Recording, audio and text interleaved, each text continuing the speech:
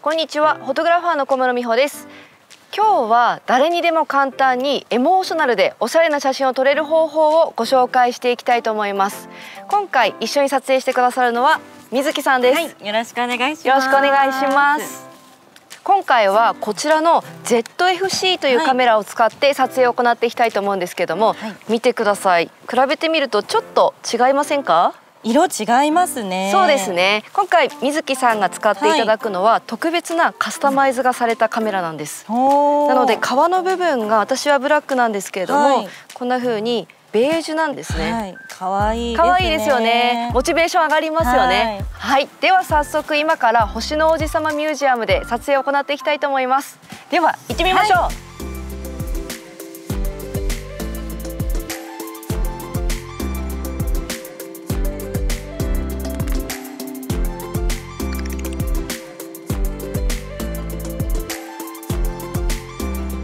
まずはこちらのお庭から撮影をしていきたいと思います。でここでは背景をぼかしながら撮影をしていきたいと思うんですけれども、今ズームレンズというのをつけていて、私今ちょっとね違うレンズをつけているんですね。本当ですね。はい、これが単焦点レンズというレンズになります。単焦点レンズ。そうなんです。単焦点レンズというのは一つの焦点距離でしか撮影することができないレンズなのです。はい。なのでズームができないんですね。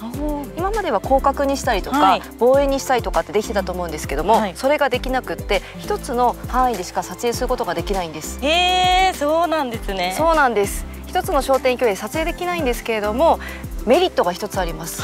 それはですね、背景をぼかした写真を撮ることができるんですね。F っていう数値を低くすることによって背景をぼかすということができるんです。なので今から背景をぼかした写真っていうのを撮影していきたいと思うんですけれども、ぜひちょっと見ていただきたいんですけども、先ほど撮り比べてみました。まずこれがズームレンズで撮影した写真です。そしてこれが単焦点レンズで撮影した写真です。2枚比べてみて背景のボケ感どうでしょう？なんかボケ方が全然違いますね。そうですよね。背景がしっかりとボケてくれると、このピントが合っているバラがしっかりとこう引き立ってくれますよね。なのでこういったお写真を撮影していきたいと思います。で今私がつけているのが 28mm という単焦点レンズなんですけれども、今回は 50mm という単焦点レンズも用意しています。なのでそれはちょっと被写体に合わせながら付け替えをしていければと思います。では早速撮影していきましょう。はい、じゃあ単焦点レンズに付け替えました。私が 28mm の F2.8 っていう単焦点レンズで、水木さんの方が 50mm の F1.8 という単焦点レンズに付け替えています。でこのレンズはボケを生かすことができるレンズなんですけれども、一つだけぼかすための設定っていうのをやっていただきます。こちらの撮影モード切り替えレバーを A のところに合わせていただきます。次にこのサブコマンドダイヤルを回していただくと、ここに小さな窓で F っていう窓があるんですけども、そこの数値が変わっていきますね。でこの数値が一番小さいのがボケやすい状態なんです。今からボケを生かしたいので F っていう数値を一番小さくしていただきます。今水木さんがつけているレンズが 50mm の F1.8 ということで、1.8 まで小さくできるレンズです。じゃあ設定ができたので、目の前のお花を撮影してみましょう。じゃあちょっとね回り込んで、この辺りが背景になるようにしながらちょっと撮影してみましょうかね。すごいですね。綺麗ですね。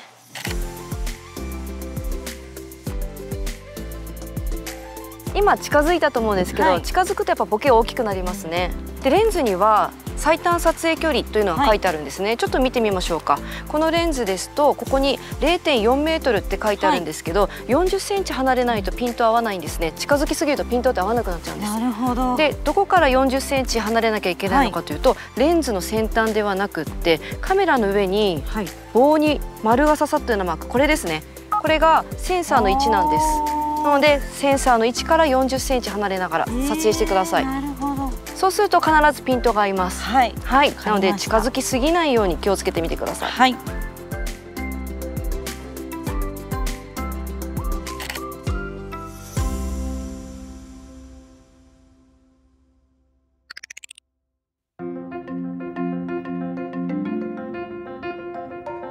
次は明るさを変えて写真の印象を変えてみましょう。はい。明るさを変えるときは露出補正という機能を使うんですけれども、はい、上を見ていただくと、はい、プラスとかマイナスとか書かれているダイヤルがあると思うんですね。はい、背面を見ながら回してみると、マイナスにすると写真は暗くなりますし、はい、プラスにすると写真は明るくなりますね。こんな風に思い通りの明るさにしたりとか、はい、あとは明るさを変えることによって表現方法を変えることができるんですね。ちょっと見てもらっても良いですか？はい、まずこちらが露出補正をしていない写真、そしてこちらが露出補正をプラスにした写真です。露出補正をプラスにするとこのように明るくなります。どうでしょう？全然違いますね。変わりますよね。やっぱ明るい方が柔らかくて、なんか華やかな印象になりますね。そうですね。色もすごく爽やかに出てくれますし、はい、光が柔らかく当たっているような印象に仕上げることができます。やっぱ明るめで撮影した方が基本的にはいいんですかね？それは被写体によりけりなんですね。せっかくなので他の被写体も撮影してみましょうか。はい、ミュージアム内のカフェにやってまいりました。はい、それではこちらのオブジェを撮影していきたいと思うんですけども、はい、先ほどは露出補正をプラスにしながら撮影を行ったと思うんですけども、はい、今回はマイナスにしながら撮影を行っていきたいと思います。はい、まず私が取り分けをしてみますね。露出補正をしない状態で1枚、そしてマイナス1ぐらいに設定してみますね。はい、でこの状態で1枚ちょっと見比べてみましょうか。はい、まずこちらが露出補正をしていない写真、そしてこちらが露出補正をマイナスにした写真です。見比べてみてどうでしょう？やっぱマイナスにした方がすごくかっこいいですね。しかも色がしっかりと出てくれますよね。出てますね。はい。っていう風に露出補正っていうのは明るさを変えると印象がだいぶ変わります。プラスにすると爽やかな印象になりますし、暗くするとこういったオブジェの重厚感っていうのを表現することができるので、被写体に合わせながらこの露出補正っていうのをやってみましょう。はい。いろんな露出補正値で撮影してみてください。はい、プラスにしたりマイナスにしてみたり。すごい素敵。マイナスで撮るとやっぱすごい重みが出ますね。そうですね。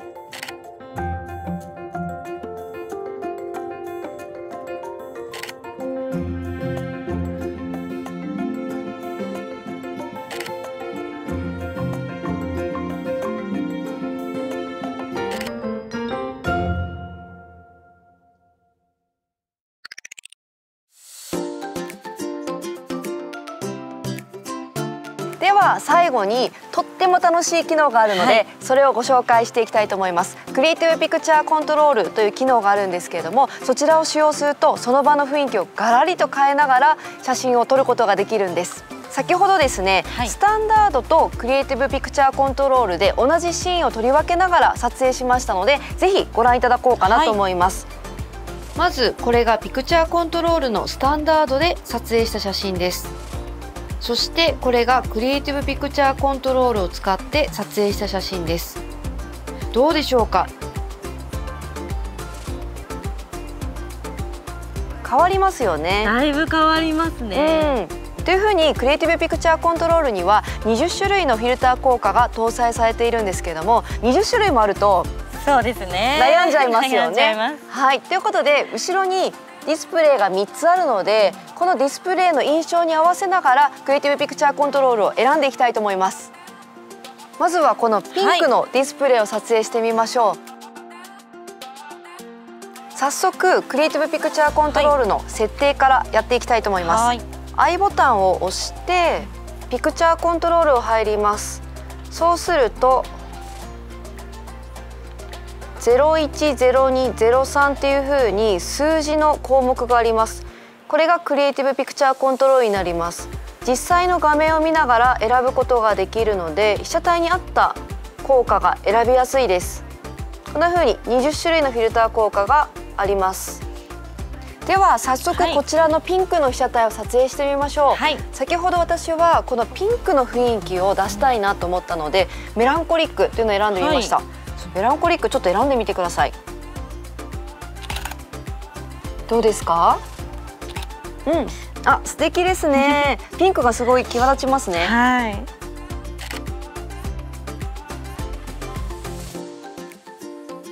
でこのフィルター効果は正解がないので、もう被写体のイメージだったりとか自分の撮りたい印象に合わせて選んでみてください。はい。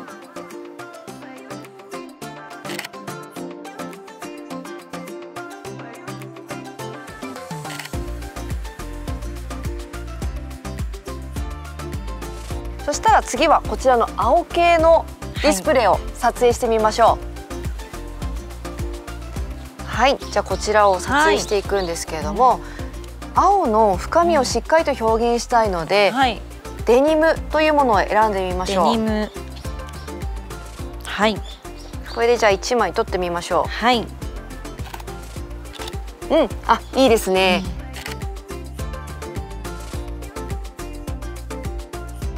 そしたら便利な機能をご紹介しますね。先ほどのデニムを選ぶところまで入ってください。ピクチャーコントロールのところのデニムを選択します。次にマルチセレクターの下ボタンを押していただきます。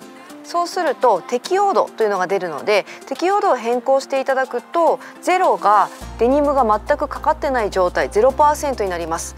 で数字を上げていくと適用度を変えながら撮影することができます。フィルターやシーンによっては色が変わりすぎてしまうなと思うシーンはこの適用度を選んでいただくと被写体本来の色を生かしながら撮影することができるんですね。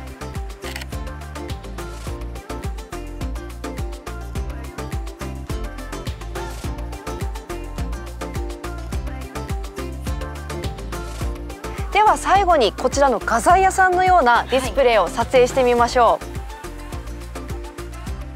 でここでおすすめなのが、トイというのを選んでみてください。トイを選ぶと色に深みが出て、映画のワンシーンのように写真をまとめることができるんです。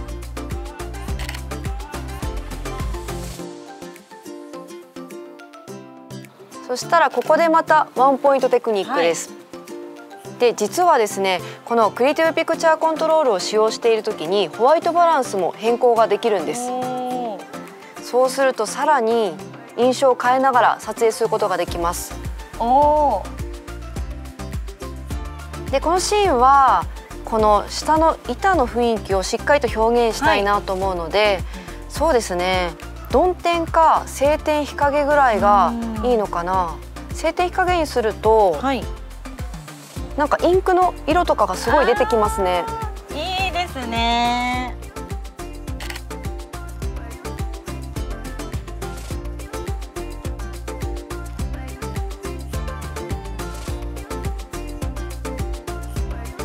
クリエイティブピクチャーコントロール楽しいですよね。楽しいです。